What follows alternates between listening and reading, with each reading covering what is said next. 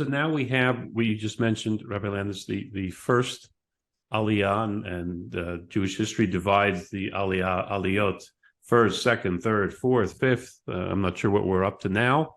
Maybe 10th, 11th of some sort. Maybe Nefesh B'Nefesh. They switched to Hebrew letters at some point. At some point, it was Aliyah Bet, and then Okay. Yeah. So what is the first Aliyah? What were the antecedents of the first Aliyah, and who came on the first Aliyah?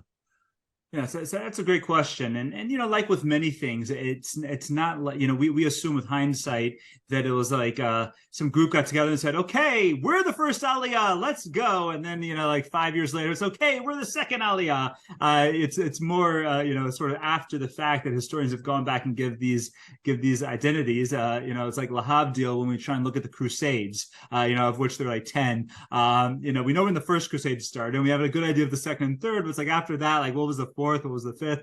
So it's similar with the different aliyot, but I think the impetus for almost all of them was the plight of the Jew in Russia.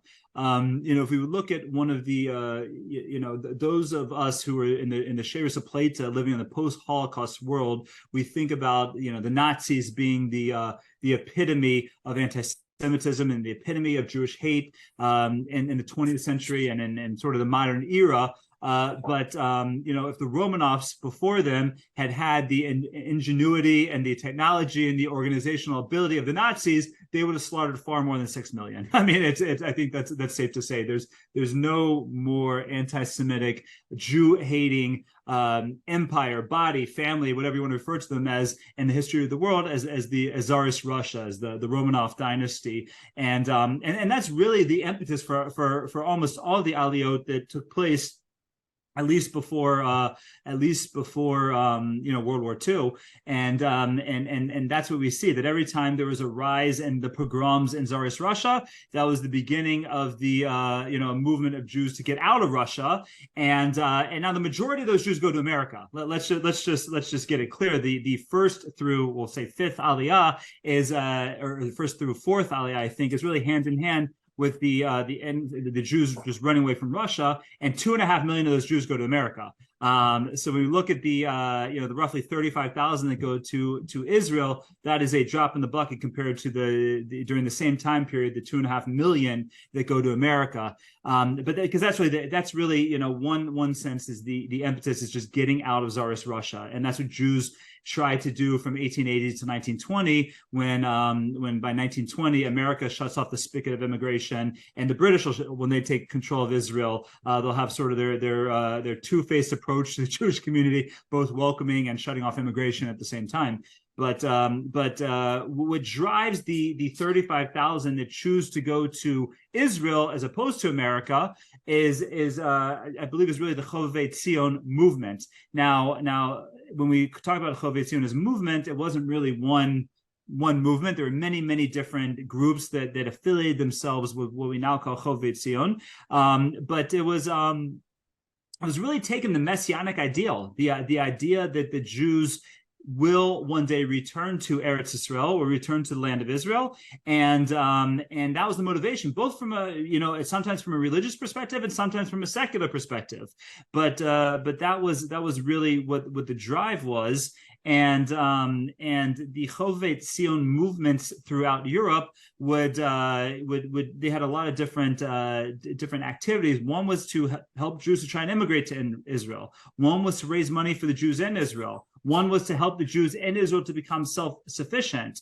And the idea was essentially, at least of the Hovevei Tzion movement in Eastern European Jewry, is that the lights are being shut out on Eastern European Jewry. We're getting out of here. Most of us are going to America, but the Hovevei Tzion movement said, once we're leaving, let's go to Eretz Yisrael, because that's where the Jews belong.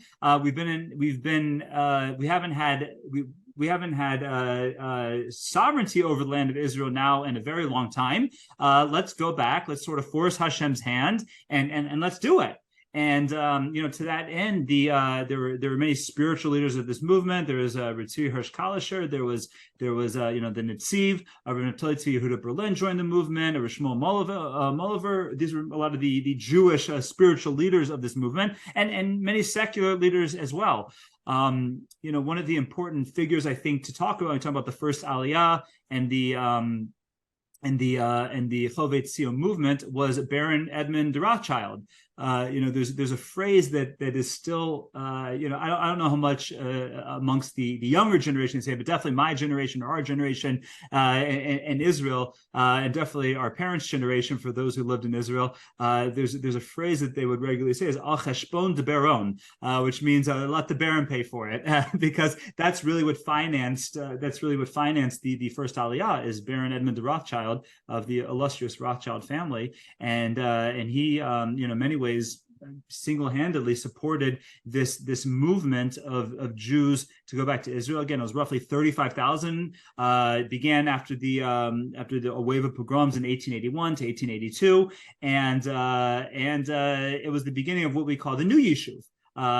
Because there's already the Yishuv. The Yishuv means settlement, and they basically looked at this was mainly a secular crowd, even though a lot of the drive was philosophically religious, but the crowd was more secular, and they came in and found the remnants of the Sephardim who'd been there a couple hundred years, and the Ashkenazim who'd only been there about 100 years, and they said, you're the old school, you're now the old Yishuv. We're coming in, we're forming the new Yishuv. We're the new Jew. We're the new and upcoming people who are going to rebuild this land into a Jewish homeland, and that's really the first Aliyah. That's what it is.